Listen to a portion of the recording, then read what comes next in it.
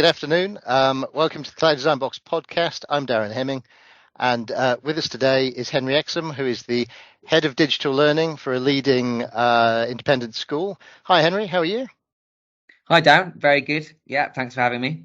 Cool. And also we've got Joe Scott, who's one of the onboarding leads here at Cloud Design Box, who is a trainer and who also works with our schools to help them adopt digitally. So today we're going to be looking at the ways that Microsoft 365 can help independent schools transform the way they learn and teach and do school business. So Henry, do you want to tell us a little bit about the school you work for? Yeah, sure. So I work at an independent boarding school. We've got about 830 students between the ages of 13 and 18, studying for GCSEs and A levels. Yes, we're sort of relatively academic, but we're more interested in kind of the whole person education. Technology's been a very important part of our journey over the last sort of 5 years or so. Hi, Henry. It's great to have you here because we can get some insight in how schools are using SharePoint and Teams. You've already explained there that you've got quite a unique setup as a school. So how does that get reflected in SharePoint and Teams? That's what I really want to know. So I've got lots of good questions to ask you, and I'm looking forward to some of your answers here. I wanted to just start off talking about communications in SharePoint. So creating communication sites and getting information out there. I just wanted to ask really what sort of information you like to post on these sites. What do staff and students find really helpful to view on that? Yeah, great. Thanks, Joe. So we have our SharePoint home site, and on there is pretty much everything you need for the kind of daily life at the school, I suppose. A lot of it links to other places, but it's a great hub to draw everything, to one location so everyone knows where to go. So on there, we've got links to all of our other systems that we use so that it's easy for them to find them, but they always know to go to the SharePoint site first. We have things like the sports FASTI for the week, the music lessons for the week. We've got then links through to the other sites, communication sites that we use a lot of, like the library and the sport one, and our futures higher education site, which has loads of great info on it. And then there's also a site that takes you off to the staff only area. And obviously that is really a really useful, again, hub for the staff to access. That's where we've got all of our policies. That's where we've got all of our data for from exams and all that kind of stuff there. Links to a page where we've got learning support information and all the learning support plans for all the pupils in the school. We've got one for all the EAL students and all the resources to support them. We've got a digital learning site off there, which I post training videos on and resources on there for digital learning. So it sort of branches off for the staff in that direction. The pupils then go off onto these other communication sites, like I said, like the library and higher education. And also we've got ones for all of the sort of groups and clubs activities. I think they've each got a space there for them to upload information.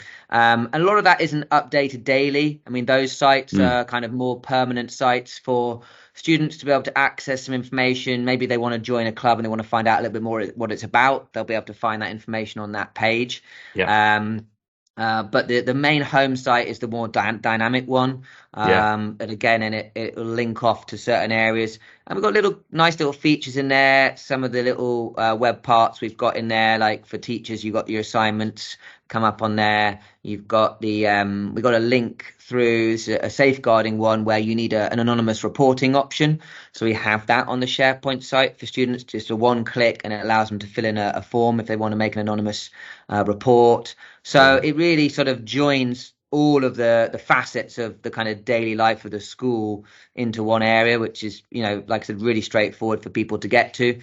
We have the Viva connection set up. So again, if you're on a desktop machine, Teams launches automatically when you log in, and it will automatically open up on that Viva Connections tab down in Teams, so that again you can get straight into SharePoint without having to go into the browser, without having to type in a URL.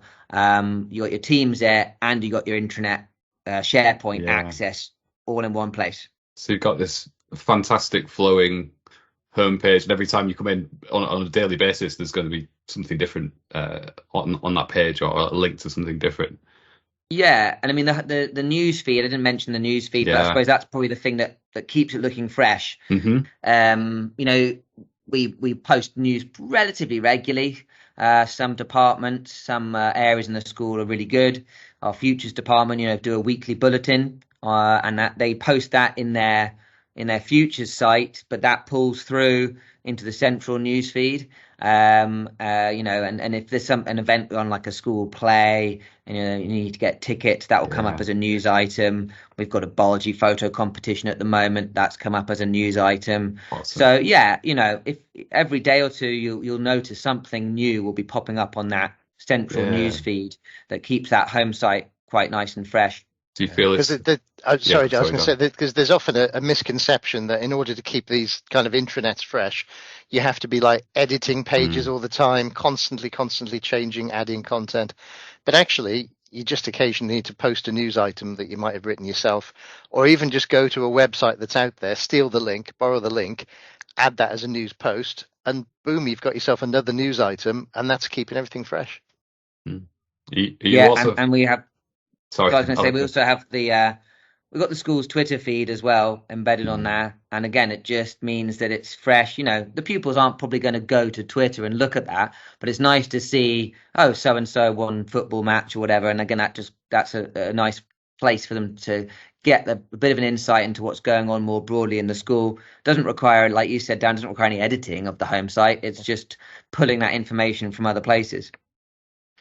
Yeah, do you feel staff are quite excited about posting their own news because they kind of take ownership of that site, and then their news feeds into somewhere else, and it's like a living, breathing thing, rather than it gets decided for them what they get to see each day? Yeah, I think so. And it's pretty, you know, it's really straightforward to do, to be honest. Once you've done it once, it's not a complicated process to put a bit of information up there. Yeah. Now, within our product, obviously, we automatically create subject sites for each of the different subjects that, in your case, have come out of ISAMS, the MIS. So you get, you know, French, physics, chemistry, biology, maths, whatever. Each of those gets their own site, and of course, the teachers automatically have access to be able to post news items there, and those will get sent across, as you say, Henry, into the home pages. But if you don't have our product yet, then you could do that yourself at home by also just creating those subject areas and, you know, trying to get the permissions right on those. Yeah, what do you think are the big takeaways from those subject sites that are really useful for staff and students when it comes to browsing those sites and getting those resources? Yeah, so the subject sites have been really good. You know, you've got your kind of out of the box setup, which is great to start off with, because within those subject sites with your product, you've got these these document libraries for each year group, and they're fantastic just to have a simple shared folder that you know is going to be accessible by all the pupils taking that subject in that year group, to be able to distribute centralized files. That's really helpful. And then also there's been some good customization of those home sites. You know, we have things like digital textbooks, and it's nice, again, sometimes, you know, the kids aren't going to remember the URL for that, but again, you know, you go onto your biology site or whatever it is, and it's, you know, there's an image there, click here to get to your digital textbook, and it take them to there. So again, it's more that kind of window to other things that allows you to very easily to do by editing that main site page. But you've also got the news feed as a kind of standard item in there, plus these resource folders, which we found really, really helpful in terms of distributing large numbers of files quickly to lots of pupils. You know, you don't want to be sending emails, you don't want to be putting them somewhere on a shared drive or somewhere where it's not secure to the right year group. So to be able to put in all these, let's say, past papers for GCSE year group, you know, year 11s, as they're taking their GCSEs, you know, in a few months' time. You want them to be able to have that access, but you don't want the year before to have that now. So you just make sure you put it in that year 11, you know, biology folder, and great, they can all access those. You just send them a link and say, you know, here's the link to your folder, and you'll find all the papers you need in there. So that's been really, really helpful. You know, obviously, if you've got your own, when you've got your own class teams, it's great because they're very personal to you and your class, and you can put the files in that relate to you. But you do want that facility as a head of a subject, a head of department, to be able to have some things that are relevant to all the classes in that year group, whether it is past papers, whether it's a handbook for that particular course that they're taking, or those sorts of things. Yeah, one of the things I really like to see happen, Henry, is even if a teacher has taken something into their class team, and they've customized it for that class, because they might need to put some kind of scaffolding near the front of the exercise to give some students more help, or they can extend the exercise for the more gifted students, and that's great. But what I always say is, take that resource and put it back in the pot. If you've just spent time taking a basic, you know, middle of the road resource, and you've now got a copy of that is for gifted students, or a copy that's got some preamble for students that need more support, take that copy, put it back into the centralized resource area, and now you've got a fully differentiated set of materials that you can use every year, and every teacher can use that every year. Yeah, we do that hugely with OneNote. So most of the teachers teach with class notebooks, which are obviously attached to the team and all set up and synced with iSAMS, which is great. So you don't need to manually add any of these students. You get the notebook ready to go. But what we also have is, because we've got, I'm a biology teacher, so I'll talk about we've got a biology team just for the teachers, where we share ideas, share resources and things. There's a notebook attached to that. And because we're making notebook pages for our students to use in class, we then put them back into as you were saying, back into that shared OneNote. And so I think, actually, you know, I'm not sure this page I've made on, you know, communicable diseases is that good. I wonder what Emma, my colleague, has made on this. Actually, that's quite suitable. I might steal a bit of her ideas plus a bit of mine and make my own page. And OneNote is great for that because it's so flexible. It's so easy just to chuck a YouTube video in, or a couple of links, or an image, and you can really design your own pages for your own classes very easily. So we do a lot of collaboration through OneNote notebooks embedded in that team's environment that's all been set up. So that's really good. That's great. So what you're talking about there is kind of notebooks for the teachers, almost as like a repository. I think it's back in the day when they had a department in their locker. You have to get into their room at the side. There's a special key to get into it. But once you're in there, that's where kind of the resource masters are, and then you could basically go and photocopy them, and individual teachers give them. It's a little bit like that, but it sounds like it's more dynamic.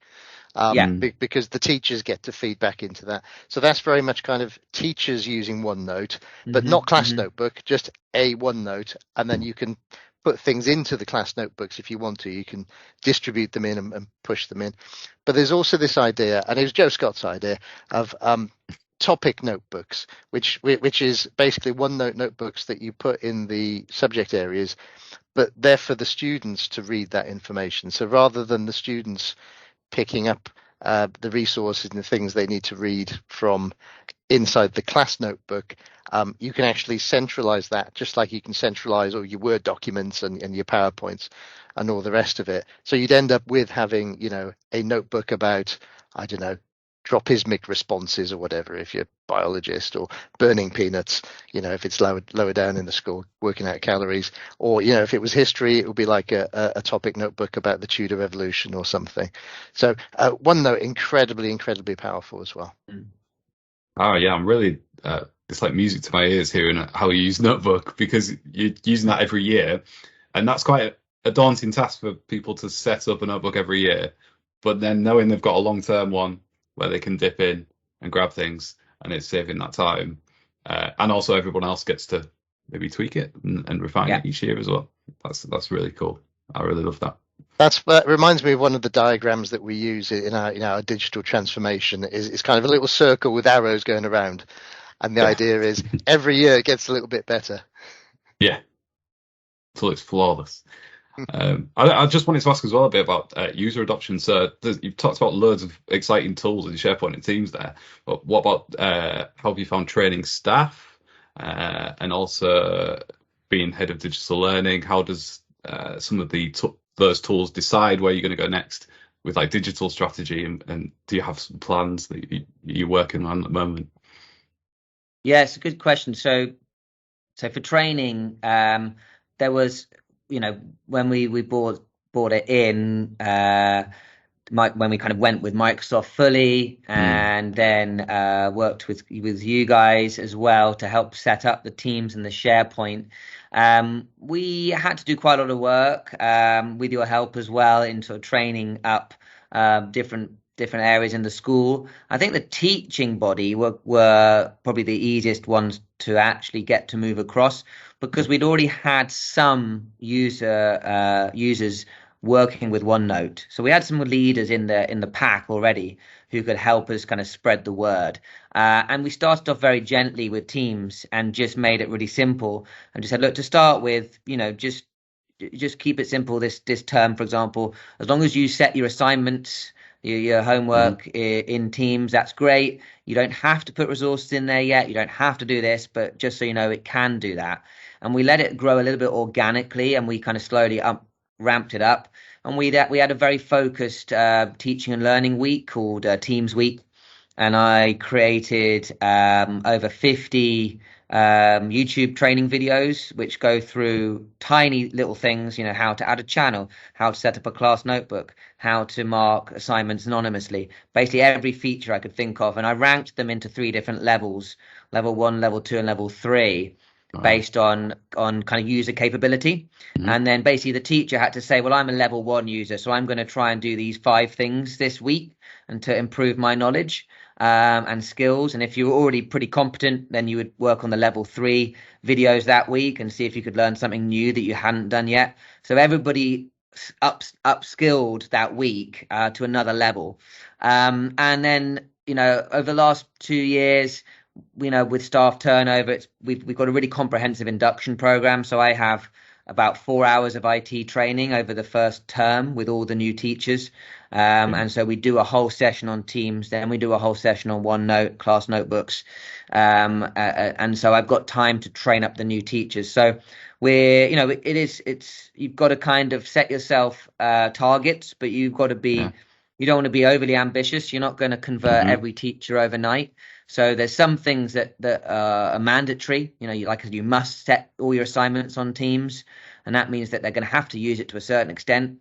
And then there's a kind of this is what we'd like you to do, and this is what the super users are doing. And over time, everybody's just become more and more engaged with it, because I think it fit with our strategy in terms of what we wanted to achieve, which is ultimately our digital strategy is to prepare our students to be learners outside of education, and to be prepared for the workplace, and have the right skills to go into the workplace or go to higher education.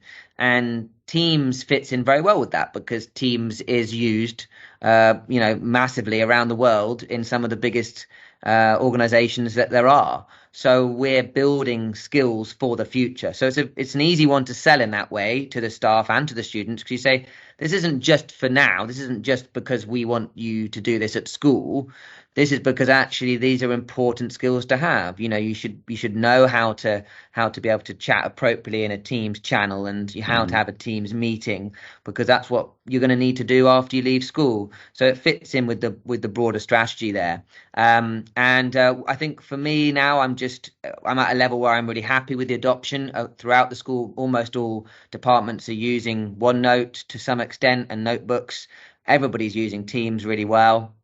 And so now I'm looking at some of the more, I suppose, interesting features, trying to get some of the more accessibility tools out there. We already make quite a good use of things like Immersive Reader, but it's interesting to see some of the new assisted sort of coaches coming out, like the Search Coach, and some of those tools, because I think those skills are really important, and to be able to integrate some of those artificially intelligent tools to aid the learning process and to speed up the learning, and to give more independence to the students.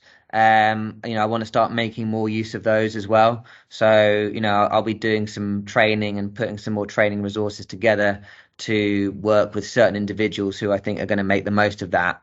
And finally, to answer that question, we also have I've written a curriculum for our year nines, which is a digital skills curriculum. And the idea of it is that it's incorporated into subjects. So, we have an issue, I think, in education at the moment with digital skills, a digital skills gap, because a lot of digital skills are just people just expect the younger generation to have the skills because they're digital natives, but they don't, because they can scroll up and down and left and right, but actually you want them to format a spreadsheet. Well, that's not something you're just born with, and it's not something you do. So and it's not something that was sort of actively taught as much as it used to be, because a lot of IT time is now given over to computing, to coding, to robotics. All great stuff. Absolutely love it. I love that stuff. But actually we do need to make space in the curriculum to do some of the maybe not so exciting things, but how do you format a document properly? How do you make there's nothing more exciting than using styles in a Word document. Nothing. Oh, exactly. But you're right. We used to call this kind of productivity skills, or office skills, and it would mean making sure you could use Word, Excel, PowerPoint, and use all those things properly, because a lot of people kind of misuse those things, and also understanding how those things now fit inside SharePoint and Teams, because you can now create Word documents on the fly, create Excel documents and presentations from inside. There's a new button inside a document library or inside a Teams channel, and then people can co-author on those documents. You can have multiple people now editing the exact same spreadsheet. That's crazy. If you'd have thought of that 10 years ago. And these are skills people don't have, because as you say, they're good with it. They can scroll on the TikTok, but they've never co-authored a document with somebody else. So these are skills that need building up. Yeah, exactly. So we're trying to use those tools, but put them into context with subjects that are relative. So for example, next week, in English, they'll be doing some blogging, but they'll be doing that in Teams. So the teacher will create a new channel in their class team, and each student's going to have to write a blog post based on the book that they've been reading, and then the other students will then reply to their posts. And they've actually got to, instead of just typing it into Teams, they've actually got to do a full announcement.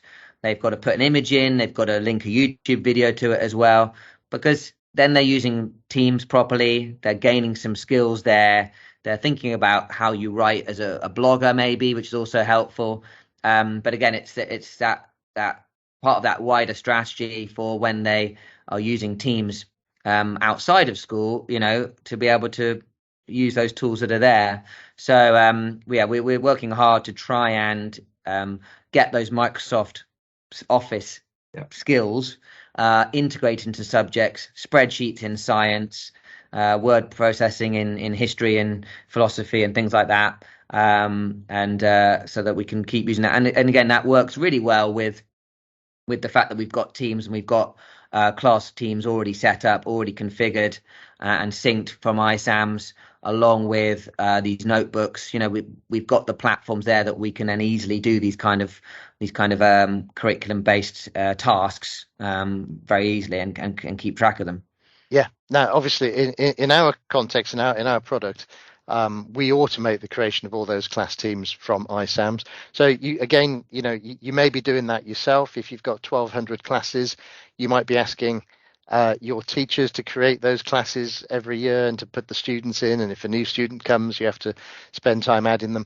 We automate that using School Data Sync. There are other people that can do that for you, and some MISs will do it directly as well.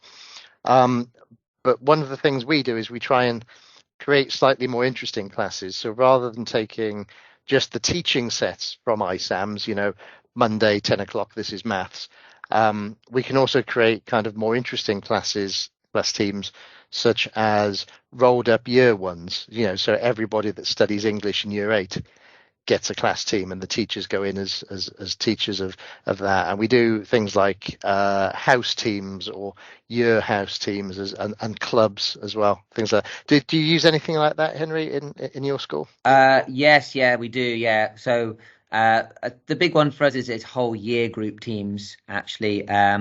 So, year 9, year 10, year 11, 12, and 13, they've each got an individual team, and they're the head of year manages that team. Plus there's sort of tutors who are attached to each of those teams.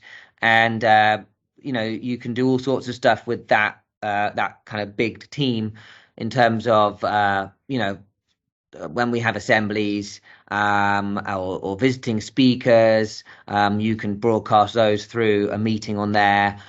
We use it for sharing documents that are relevant to that whole year group.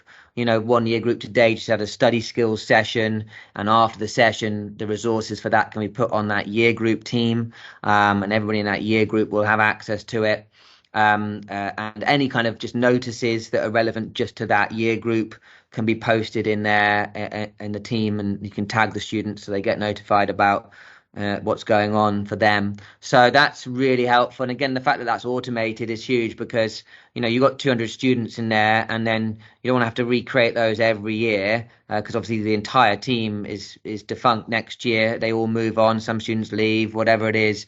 So then to be able to that was 2022, and now we're going to have 2023 and just start again, and have that all set up perfectly in September is really helpful for us. Yeah, really helpful. Do you feel that's reduced a lot of email use around the school as well, having these large Yes. teams? Yeah, Brilliant. Large teams, and it's so much better than email for that sort of communication. The students aren't great at checking emails, and very quickly stuff gets buried, down the email list. They don't file, they don't delete properly. So again, especially things like attachments, which normally you might email out to a whole group of students, popping them in Teams is so much more helpful for them. And we have the equivalent for the teachers as well, with a whole teacher group, which again is useful. Teachers are still relatively old-fashioned. They still like the email probably more than popping it in Teams, but some are very good at it. And it's actually used maybe for a little bit more sort of informal communication. You may think, this isn't really relevant of a whole staff email, but actually the fact that some people are going to go out to a pub later or something, let's pop that in the Teams, and then actually that's a nice way of doing it. So it has having that whole group, staff one, teaching one, is really, really helpful for communication as well, and definitely reduced email traffic. So we were talking a bit about your digital strategy before, and how you've got users adopting Teams and SharePoint. That was really exciting. Where do you feel that you're going next in terms of that? So, I talked about skills for year 9s. We've done a lot of work with that sort of end, but we're starting to try and now move that higher up. So especially for sixth form, I'm thinking about what skills they're going to need, and trying to integrate more stuff into their subjects. Some of these digital skills for them. We are running qualifications in Microsoft Office specialist skills, which has been really really good, and we're launching a whole sort of future ready skills sort of base that we're working on, thinking about how we can really help with that. Because I said our strategy really is, you got to think about why you're doing it, why we're using technology, what's the purpose of it. Okay, it increases productivity. We want it to increase learning, so we actually want the technology to aid learning. So trying to open it up to make it more accessible to students who struggle with reading or those sorts of things. Hopefully it will make it more accessible to them, having inbuilt tools like being able to translate bits of text or being able to read text back out to you. So in terms of the broader strategy, we've got increased productivity, increase the learning and the outcomes for the students, and gain better digital skills for after they leave school. So that's always what sort of drives our decisions. We're really happy with the Microsoft setup we've got now. Increased training, I'm very conscious of keeping up to date with latest developments. So many. And it's so many, and it's nice to see that Microsoft is kind of, I think, at the forefront of that, but not just thinking about it commercially, but constantly adding that content into their educational side of things and thinking about how they can genuinely benefit from an educational perspective. So, like some of those new artificial intelligence tools are starting to sort of come into some of the platforms, like, even just how you can do translated subtitles on PowerPoint when you're presenting. Those sorts of things. Not that many teachers are aware of that yet. So I think that's my next stage is, okay, we've got everyone great on Teams. SharePoint is growing rapidly. We're getting great, numbers and who's accessing that every day. So we just want to keep adding more content to SharePoint, keep building those sites out. Increase the usage of Teams, and then I said now we can build on top of that and look at some of the more maybe slightly more niche, but equally they're going to really aid certain individuals, certain pupils and certain teachers to help deliver that kind of longer term strategy. It really gives people autonomy, because they can decide, well, I want to use Immersive Reader because that helps me, but another student, no, I don't need to use that. As long as they know it's there. That's the habit. To me, this is kind of next level on top of, we've had spell checkers for a while, we've had grammar checkers. Now we've got things like Immersive Reader. There'll be the reading coach, speaker coach for presenting, maths coach, and there'll be the AI and generative AI stuff as well, where students can actually type something into the Bing GPT-4 chat now, and it will construct something for them. I don't think that's cheating. In fact, yesterday, Joe, we had a bit of a talk in-house within Cloud Design Box, showing the way that you could use AI to generate text that we could use for our own marketing purposes, or to help improve the responses that we give to customers. And since then, I've already had some of our engineers using it to do exactly that and to give them ideas, and the quality of our output has gone up since yesterday, just because of some AI. So when you think about how that's going to develop. And I think that's a really interesting point, because again, I have to keep coming back to that strategy of what we're actually trying to do in education, and we're trying to prepare them for the future. So it's part of their future. So why would I not try and help them understand how to use those tools better? If we ban them, or if we don't let them use them, or if we don't show them how to use them effectively, then we're failing in what we're setting out to do from an educational perspective. So, yes, we've got to be mindful of misuse, but actually what we want to be doing is showing them how amazing they are, and showing them how, I think the science of sort of inquiry is going to be the next sort of thing, because, we've all seen students try and use Google, and you've got some who can use it effectively and kind of, I want to find this information out. This is the way to search for it. I'm going to rephrase it into a different way. I'm going to question Google in a different way to get suitable output. And you've got students who literally just go, I'll just copy and paste that entire sentence into Google, expecting it to give them the answer that they want. And that's a skill. That's the skills that we need to be teaching them. How do you use these assistants? What kind of prompts are you going to put into the generative AI to actually get the right type of output? You've got to tell the AI what you want. You've got to, and that's something we're going to have to start educating them about. So, we're trying to learn ourselves as educators and get up to speed as quickly as possible. But we mustn't kind of shy away from it. We need to start thinking about how we're going to implement that as part of the way that we're teaching and how we're educating them. Yeah, brilliant. I think Search Coach will help that one with the internet search. But then that really transfers. You were talking about higher education. If you're searching for journals and things like that, that's where you start to learn all of those search terms and how to find something in a database. why not use that on the internet? Because the internet's so huge, and just to narrow it down, and then you're using it to help you learn rather than just be completely lost. Yeah. Which you so often are. One thing I'm excited about, because obviously we've talked about the subject sites that we have and those resources, banks of resources within a walled garden, because the internet can sometimes be a slightly dangerous place to search. You've got to be quite careful with that. But I'm looking forward to that AI kind of search cleverness being brought into things like SharePoint and Teams, so that actually you'll be able to search, never mind the internet, but you can search your own stuff, search your intranet, and find relevant quotes from single documents. So when you're trying to justify the reasons why the Weimar Republic failed, you can type in some quite useful search terms. It will read the documents that your teachers have provided, which they're happy with, because they know they're broadly correct and high quality, and that will bring back that information.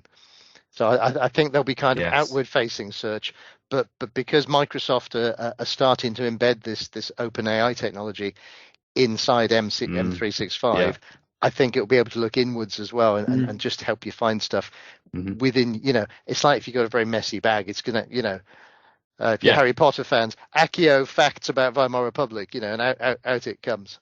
That'll be the future. Like creating a PowerPoint, I think I've already seen this, instead of just using a template and then having to add everything in, you can use the template and then say, I want slides on this topic, and it'll generate slides to get you started. And that's going to be very exciting. Who doesn't want that really in their lives? Yeah. So Henry, thank you so much for coming to see us today. It's been really useful talking about specifically how Microsoft 365 is useful within an independent school and the particular challenges and interests that you have, but also just taking a brief glimpse at the future there for all of us. And I'd very much like to invite you back to talk more about that in a few months' time when some of these new things get unveiled and you've had a chance to play with them. That'd be great. Yeah, thanks, Darren. Thanks, Joe, very much for having me. Really enjoyed it. Thank you. Yeah, thanks, Henry.